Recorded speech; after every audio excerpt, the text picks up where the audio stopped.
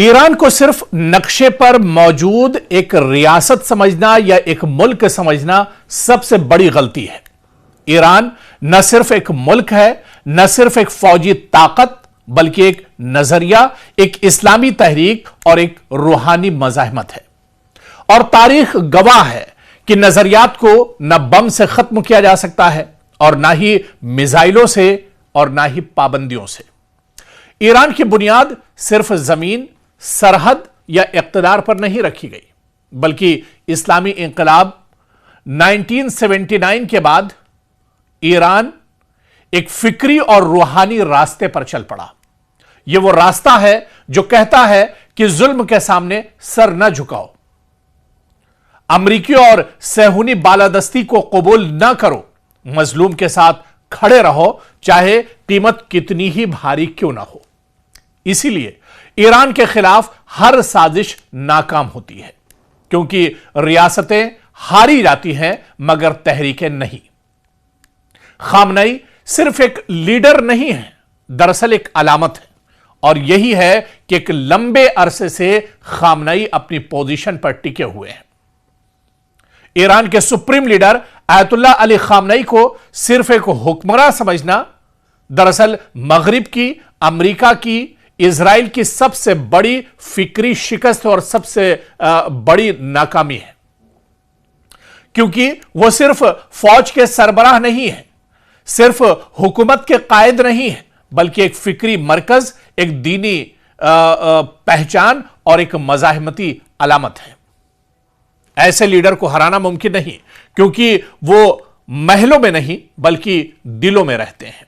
और दरअसल कहीं ना कहीं मगरिब की या अमेरिका की, या ये कहा जाए कि जो सुपर पावर अपने आप को कहते हैं, उनकी नाकामी की असल वजह यही है, क्योंकि अमेरिका और इजराइल ने ईरान के खिलाफ सब कुछ आजमा लिया है। पिछले कई दहाइयों में आप देख लीजिए, कई बरसों में आप देख लीजिए कि इन ममालिक ने ईरान के खिलाफ तमाम प्रोपेगेंडे कर लिए, सब कुछ आजमा लिया। यानी ईरान पर आप देखिए कि माशी पाबंदी लगा दी गई, मीडिया प्रोपेगेंडा ईरान के खिलाफ किया गया, खुफिया जंग एक तरह से छेड़ दी गई, दहशतगर्द ग्रोहों की पुष्टपनाही की गई, साइबर हमले ईरान के ऊपर किए गए, साइंसदानों का कत्ल किया गया, ईरान के जंगी जो जनरल कर्नल कमांडर हैं उनका कत्ल किया गया।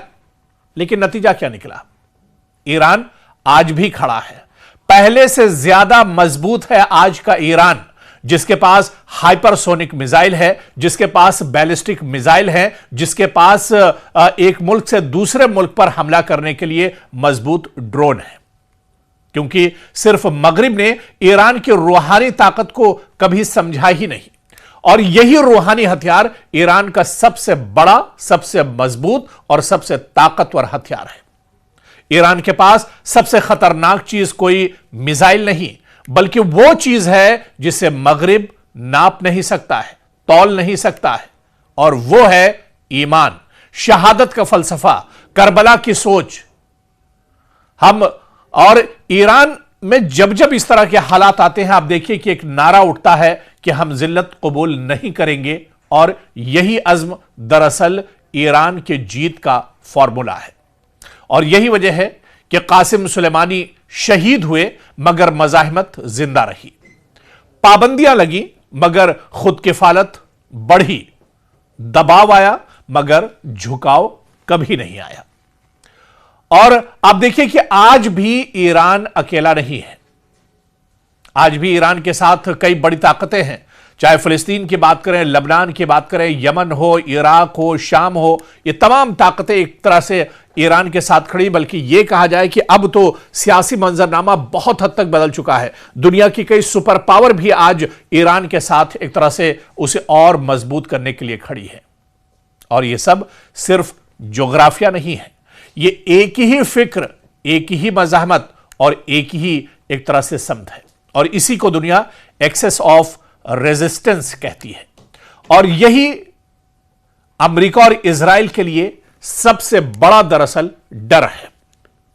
ईरान ने दहाइयों से झूठे मीडिया बयानिए, जाली बगावतों की कोशिशें, रिजीम चेंज के ख्वाब, सब कुछ देख लिया, लेकिन हर बार ईरानी कौम रियासत के साथ खड़ी रही, क्योंकि यह सिर्फ हुकूमत नहीं, यह उनकी शनाख्त, उनका वकार और उनका अकीदा है कि ईरान को शिकस्त देना एक तरह से मुमकिन नहीं बल्कि नामुमकिन है, क्योंकि ईरान एक नजरिया है, क्योंकि नजरियात बमों से नहीं मरते, क्योंकि ईमान को पाबंदियों से खत्म नहीं किया जा सकता, क्योंकि शहादत का रास्ता डराने से बंद नहीं होता, क्योंकि रूहानी ताकत सुपर पावर से बड़ी होती है।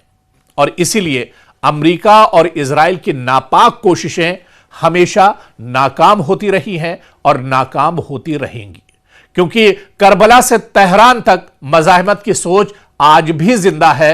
हुसैन के मानने और चाहने वालों को कुर्रे अर्ज़ से खत्म नहीं किया जा सकता है। दरअसल ईरान का मुस्तकबिल ही आलमी निज़ाम से जुड़ा हुआ है। ईरान कल भी जिंदा था, ईरान आज भी जिंदा है और ईरान का मुस्तकबिल एक तरह से रोशन है, यानी ईरान आने वाले दिनों में भी एक तरह से पूरे आबोताब के साथ, पूरी शान और शौकत के साथ बाकी रहेगा।